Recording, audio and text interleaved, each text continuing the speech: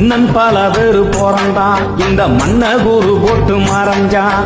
வெள்ளையனும் வந்து நுழைஞ்சான், நம்ம வேர்வைய கூடிச்சு வளர்ந்தான்.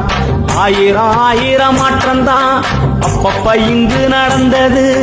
ஆனாலும் கடைசி வரையில் அடிமைப்பட்ட சேரி மக்க வக்க அப்படியே தான் கிடந்தது. ஐயா அப்படியே தான் கிடந்தது.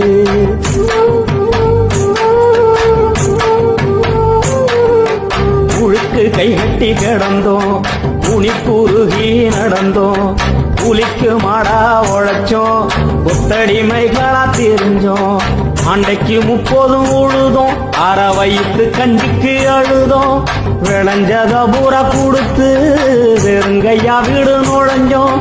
பங்காளு படிய பண்ணைக்கு வேலையில் பட்ட மரமாயிருந்தோம். நம்ம பங்கப்பட்டு தான் கிடந்தோம்.